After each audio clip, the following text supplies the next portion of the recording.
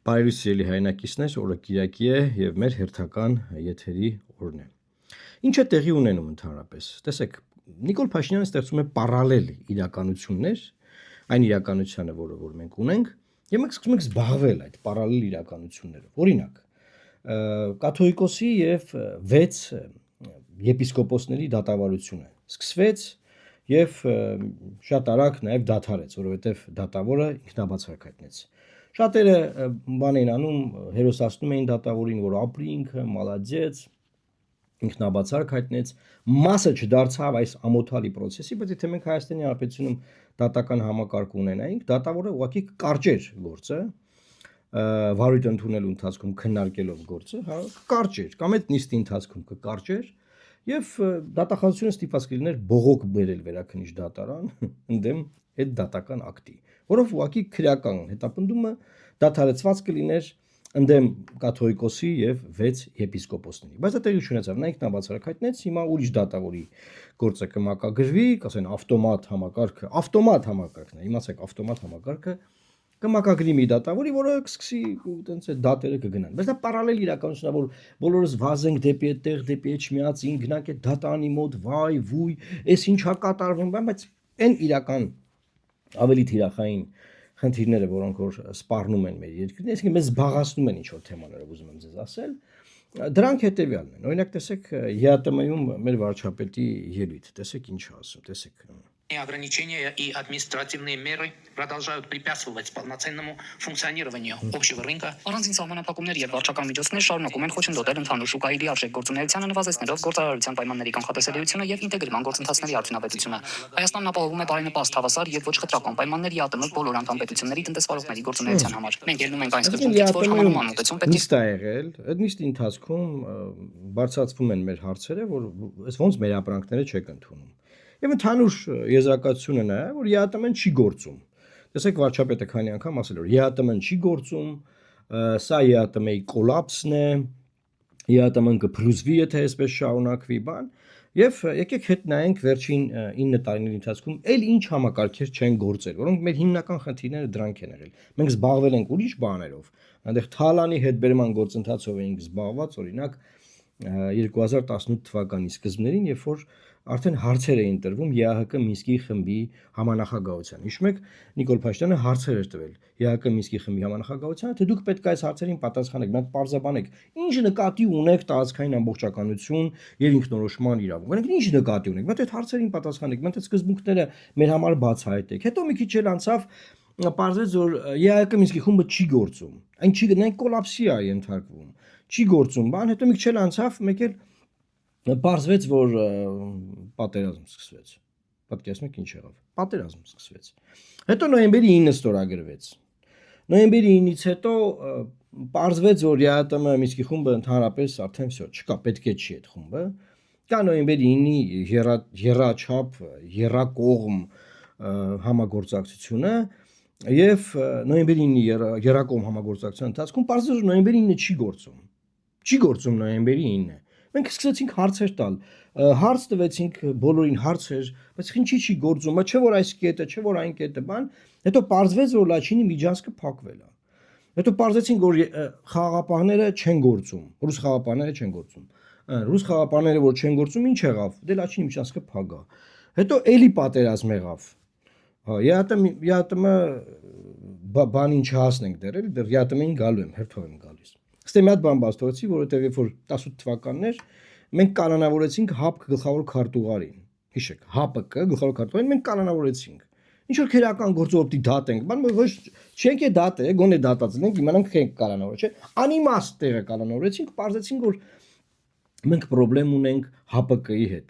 Հետո մինչև 23 թվականի Լաչինի միջանցքի բացումը ես մի քիչ անցա։ Եղավ էլի պատերազմ, սեպտեմբերյան պատերազմը։ Մենք այդտեղ պարզեցինք, որ ՀԱՊԿ-ն չի գործում։ ՀԱՊԿ գագաթնաժողով եղավ Երևանում, մենք հարցեր տվեցինք ՀԱՊԿ-ին։ Դուք ճանաչում եք, որ Հայաստանի տարածքային ամբողջականությունը խախտվել է։ Հարցեր, պետք է այդ հարցերին պատասխանեք, նայեք, ԵԱՀԿ Մինսկի խմբին էլ էինք հարցեր տվել, դա չգործեց։ Եղավ պատերազմ։ Հետո եղավ մի հատ պատերազմ, ՀԱՊԿ չգործեց։ ՀԱՊԿ-ին հարցեր տվեցինք, ՀԱՊԿ-ն շարունակեց չգործել, ուզում էր դիտորդական առաքելություն ուղարկել, մենք չուզեցինք, որովհետև չէին արձանագրում, որ մեր տարածքը խախտվել է։ Հետագայում հանրապետության նախագահի բերանով մենք ընդունեցինք, որ մեր սահմանները պայմանական են։ Հիշեք, հանրապետության նախագահն ասաց Հայաստանը ունի 13 կիլոմետրանոց 12.9 սահմանազատված սահմանը։ Այսինքն ՀԱՊԿ-ն չի գործում։ Նորից հիմա անցնում եմ առաջ։ Հետո խաղապանները չեն գործում Լաչինի Միջանցքում,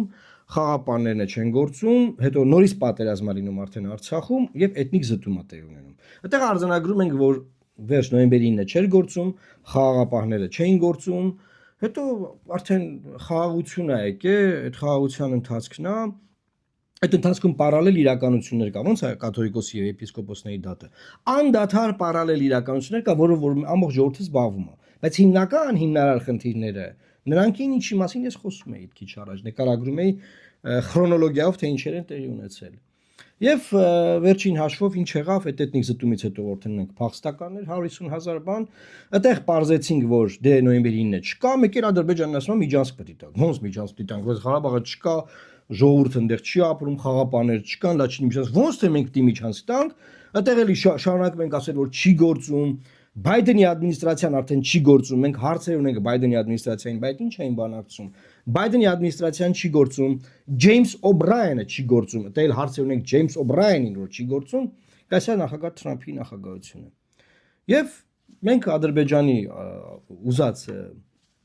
բանը, որ մենք ասում ենք ճանապարհ, տրիպը, բանի ենք ասում Միջանցք, բոլոր փաստաթղթերում գրում է Զանգեզուրի Միջանցք, Միջին Միջանցքի շարունակություն Զանգեզուրի Միջանցք, ինչեւ այդ Զանգեզուրի Միջանցք չպետք է ասել, չի կարելի ասել, ով նման բան ասի պետք է դատել այդ մարդուն, արդեն նորմալ է։ Բոլորն ասում են Զանգեզուրի Միջանցք, հա, այդ հերթով պատի ասում եք ինչը որ չի գործել, վերջում ինչ ա եղել, դա համար եմ ես պատմում ձեզ, որ ֆիքսեք, ինչերի ու մենք երբ մենք հարցեր ենք տվել Նիկոլ Փաշինյանի բերանով, ինչ ինստիտուտի մենք տվել ենք հարցեր, ինչը չի գործել, ունեցել ենք պարալել իրականություն, Թալանի հետ բերում, կաթողիկոսի դատ, չգիտեմ ինչ, եղել է մի հատ արհավիրք։ Եվ եկե հանգել ենք արդեն ԵԱՏՄ-ին։ Այսինքն հիշեք այս տարիների ընթացքում։ ԵԱԿ Միսկի խումբը չի գործել, Ղարաբաղը չկա։ Խաղապանները չեն գործել Լաչինի Միջանցքը, այսինքն նոյեմբերի 9-ի այդ Ղարաբաղի այդ հատվածն էլ այլևս չկա Արցախի։ Հետո ՀԱՊԿ-ը չի գործում, դե ՀԱՊԿ-ը չի գործում, որտեղ մենք սառեցրել ենք, ՀԱՊԿ-ն էլ չի գործում։ Այն ինչ կա որ չի գործում։ Չգիտեմ ինչ ասեմ։ Ու հիշեք, այդ բոլոր ինստիտուտներին մենք հարցեր ունենք, միշտ հարցեր ենք բարձրացնում։ Ոնց են ԳԱԿ Մինսկի խմբին հարցեր բարձրացնում, հետո ասում Լեռնային Ղարաբաղի հակամարտությունը պետք է լուծվի Հայաստանի ժողովրդի, Ադրբեջանի ժողովրդի եւ Արցախի ժողովրդի համար շահավետ պայմաններով։ Վերջում ոնց է լուծվել այդ հարցը։ Բայց այդ անցենք, դե արդեն դա վсё չկա էլ, ասենք, որևէ մեկը հարցերով չէ հետարկվում, անգամ նորաստեղծ պարլամենտում էս թեման չկա, դա իմի եղել է, այսինքն նորաստեղծ պարլամենտի օպոզիցիայի դեմքին որնամես իրանք սենց են,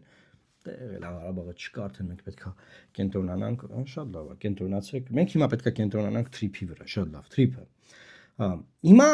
գնացել է ԵԱՏՄ, ունդեղ հարցեր է տալի, ասում է չի գործում, չի աշխատում, սենց չի լինի, բան նրանք ասում են եղբայր, գնա հարակվի արա։ Այսինքն արտաքին պարտադրանքով մեր զուգարկում են հարակվեի։ Հիմա ես ուզում եմ ձեզ ասել ժողովուրդ, սպասվող ուշադիր մարտահրավերները վերաբերում են ԵԱՏՄ-ից պահանջված հարակվեի, Ալիևի պահանջած հարակվեի եւ Ալիևի պահանջած Հայաստանի տարածքից տարածքներ զիջելու թեմաներին։ Մնացած բոլոր թեմաները պարալել թեմաներ են, պարալել։ Որովհետեւ վերջին հաշվով ինչ որ տեղի ունենում, շատ սпасելի է ներքաղաքական կյանքում։ Չուն ում են բռնում, ում են բաց թողում, տենց հերթով բռնում են, բաց են թողում, բռնում են, բաց են թողում, բռնում են հետո մի քիչ բաց չեն թողնում, մի քիչ են պահում, հետո տնային կալանք են տալիս, բան, դրանք պարալել թեմաներ են, որ մենք զբաղվենք։ Մեզ սպասվող խնդիրները հիմա մարտահրավերները գալիս է Ռուսաստան, ԵԱՏՄ, Ադրբեջան եւ այս խնդիրները վերաբերում են հարակվեներին։ Ես արդեն նախորդ իմ եթերներից մեկում ձեզ ասացի, որ ցանկացած արտաքին պարտադրանք, որը մեզ կմղի հարակվեներ անելու, որ արտաքին պարտադրանքով է դա։ Մենք դրան դեմ ենք։ Դա մերժելի է, դա գրողի ծոցը ուղարկելու թեմաներ են։ Ու գիտեք, Հայաստանի Հանրապետության ժողովուրդը չունի պատճառահետևանքային կապին հետևելու մեթոդ, հմտություն։ Այսինքն մենք պատճառահետևանքային կապը չենք նայում։ Ասենք լավ, ոնց եղավ, որ այս ԵԱՏՄ-ն ցեզ մեր ապրանքները փակել։ Ինչ եղավ, էլի։ Ասենք ոչ ոք այդ հարցը չի տալիս։ Ինչ եղավ, այս ոնց եղավ, օրինակ ոնց եղավ, որ պատերազմը սկսեց 20 թվականի սեպտեմբերի 27-ին։ Ոչ ոք այդ հարցը չի տալիս։ Ինչ եղավ, որ օրինակ ՀԱՊԿ-ը չի աշխատում։ Ոչ ոք այդ հարցը չի տալիս։ Ինչ եղավ, որ Լաչինի Միջանցքը փակվեց։ Ոչ ոք այդ հարցը չի տալիս։ Այսինքն մենք ոչ մի տեղ, ոչ մի հարցում որևէ անելիք չունեինք, ուղղակի բոլորս կառույցները, բոլորս ինստիտուտները տրամադրված են մեր դեմ եւ բոլորը հերթով sense փչանում են, խաթարվում են եւ նաեւ Բայդենի ադմինիստրացիան է տենց փչացավ, խաթարվեց, եղավ էթնիկ զտում, չէ՞ դու արդեն Տրամպի օրոք Նիկոլ Փաշինյանը Ջեյմս Օբրայենին էր արդեն բանանում, այսինքն դուք եք մեղավոր ընդհանրապես քանի բանը Մակրոնը դեռ պրեզիդենտ է, դեռ Մակրոնին բան չի ասվում, բայց ես երաշխավորում եմ, հենց Մակրոնը պրեզիդենտ չլինի, Մակրոնի նկատմամբ էլ Հայաստանի կողմից կդնեն մեղադրանքներ։ Այսինքն մեզ շրջապատող բոլոր ինստիտուտները, պրեզիդենտները ոչ ոք չի աշխատում եւ մեր մեջ ոչ մի խնդրեմ չկա։ Հանկարծ դուք մեր մեջ ծերի ժողով խնդրեմը չփնտրեք։ Մեր մեջ խնդրեմ պետք չի փնտրել։ Մենք ամեն ինչ նորմալ ենք արել։ Եվ մենք հարցեր ենք տվել ընթացքում Նիկոլ Փաշինյանի շուրթերով։ Հարցեր ենք տվել ու խնդիրներ առաջացել։ Հենց հարցեր ենք տալիս, խնդիրներ առաջանում, հետո ամբողջ ազգովի հիմա ինչ ենք անում, այս ինչա։ Մենք ուզում ենք սանով ամփոփեմ, էլի։ Կիրառվի եւ այսական տնտեսական Исходим из того, что аналогичный подход должен применяться на всей территории Евразийского экономического союза. Շարունակելով թեման Փաշինյանը առանց պատժամիջոցներ սահմանող Ռուսաստանի անունը տալու ընդհանրական ձևակերպմամբ ընդգծեց. Ապրանքների ու ծառայությունների մուտքը սահմանափակող ցանկացած քայլ պետք է արվի բացառապես ԵԱՏՄ իրավական ընթացակարգերով։ Ռուսաստանը սանկցիաներ է կիրառել, գնացել հասել անդեր Ռուսաստանի անունը չի տալի։ Չի ասում Ռուսաստան, խես սանկցիաներ կիրառում։ Որովհետև ինքը գիտի խեն սանկցիաներ կիրառում։ Հասկանում եք, ինքը առաջացնում է խնդրեմ, ու սկսում է հերոսաբար այդ խնդրեմի դեմ պայքարել։ Եվ անընդհատ էս վերջին 9 տարում է դա եղել։ Այսինքն ստեղծում է մեր համար խնդրեմ, որը իր համար չէ, ամբողջ ազգի համար խնդրեմ է։ Հետո ասում է ես ինչ կապ ունեմ խնդրեմն իրանց մեջ։ Հիմա նայեք, մենք ինչ կապ ունենք խնդրեմը ԵԱՏՄ-ում է։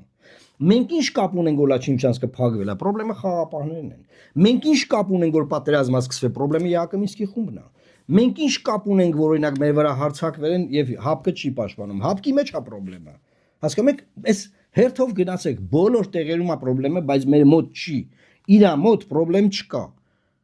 Ձուգը չեն ընդունում։ Դե լավը չի չեն ընդունում, մի կերեք։ Էդ է, այսինքն ինքը խնդրեմը տենց է ուզում, օրինակ ես լինեի Տիգնայի խնդրեի աղաչեի բանանեի ուրիշ մարդը լիներ, չգիտեմ, գնալ փորձեր, բանակցել որ մեր ձուգը տանեն, չէ՞։ Ինքը այդ խնդրեմը այսպես։ Մի րոպեում լուծում է։ Ասում է այդ ձուգը հիմա այս բան ասեմ սկանդալ կդառնա ասում է։ Ես է չեմ ուտում։ Խնդիրներ կա վատն է այդ ձուգը։ Всё լուծեց այդ խնդրեմ։ Այսինքն ձուգ արտանելու խնդրեմ ասում Հայաստանը չունի, որովհետև այն լուծել է Նիկոլ Փաշինյանը։ Մենք ինչ եմ ուզում ամփոփելով ասեմ ժողովուրդ ջան, այս մարդը քանի կա, այս երկրի համար, այս ժողովրդի համար առաջացնելու է խնդիրներ, հետո ջոգելու է կամ եթե չի ջոգեց, առաջացնելուց առաջ, որը ինքը այդ խնդրեմը ստեղծել է, չի ընդունելու որ ինքն է այդ խնդրեմը ստեղծել, գցելու է ուրիշների վրա, բայց սաղից համախմբելու է որ այդ խնդրեմի դեմ պայքարի, ոնց որ պատերազմի ժամանակ ենք համախմբված։ Բոլորով պայքարելու ենք չենք կարողանալու այդ խնդրեմը լուծել, դե իր գլխավորությամբ անհնարավոր է խնդրեմ լուծել։ Ու տենց հերթականությամբ այդ արհավիրքներով գնալու ենք։ Ու այդ ընթացքում լինելու են ամենայն հայոց կաթողիկոսի դատերը եւ 6 եպիսկոպոսների։ Ու էլի տենց հնչեղ բաներ են լինելու։ Օրինակ մոտ ժամանակներս Ռոբերտ Քոչարյանի կալանավորումը կլինի, այդտեղ կլինի ինչ որ։ Այդպես այսինքն հանրային զբաղմունք անընդհատ լինելու է մեր համար։ Հանրային զբաղմունք լինելու, բայց խնդիրները, որ ինքը առաջացնում է, ու հետո ամբողջ ազգով չեն կարող լուծել, դրանք չեն վերջանում։ Սա է ուզում ձեզ ասել, եւ մյուս կողմից նաեւ, ասենք, բա ինչ ես առաջարկում ժողովուրդ ջան։ Առաջարկում եմ մի բան անել, բայց ինչ անել, օրինակ ընտրություններ էլ չկա։ Առաջարկում եմ ուղղակի խորհրդարանին եւ իշխանությանը այլընտրանքային մի բան ձևավորել, քաղաքական մի պլատֆորմ, որ այլընտրանք կլինի։ Ուրիշ տարբերակ չկա։ Այս մարդկանց հետ մենք մեր խնդիրները չենք կարող լուծել, ավելին նոր խնդիրներ են առաջանալու, այդ նոր խնդիրների տակ ենք մնալու։ Ոնց որ ես վերջին 9 տարիների դեպքերը շատ կարճ մի մասը տենց հպանցիկ բան նկարագրեցի։ Դրանց մասին շատ մանրամասն այն YouTube-ի ալիքում բազմաթիվ նյութեր կան կարող դիտել։ Լավ մնացեք եւ Աստված պահապան Հայաստանի Հանրապետությանը։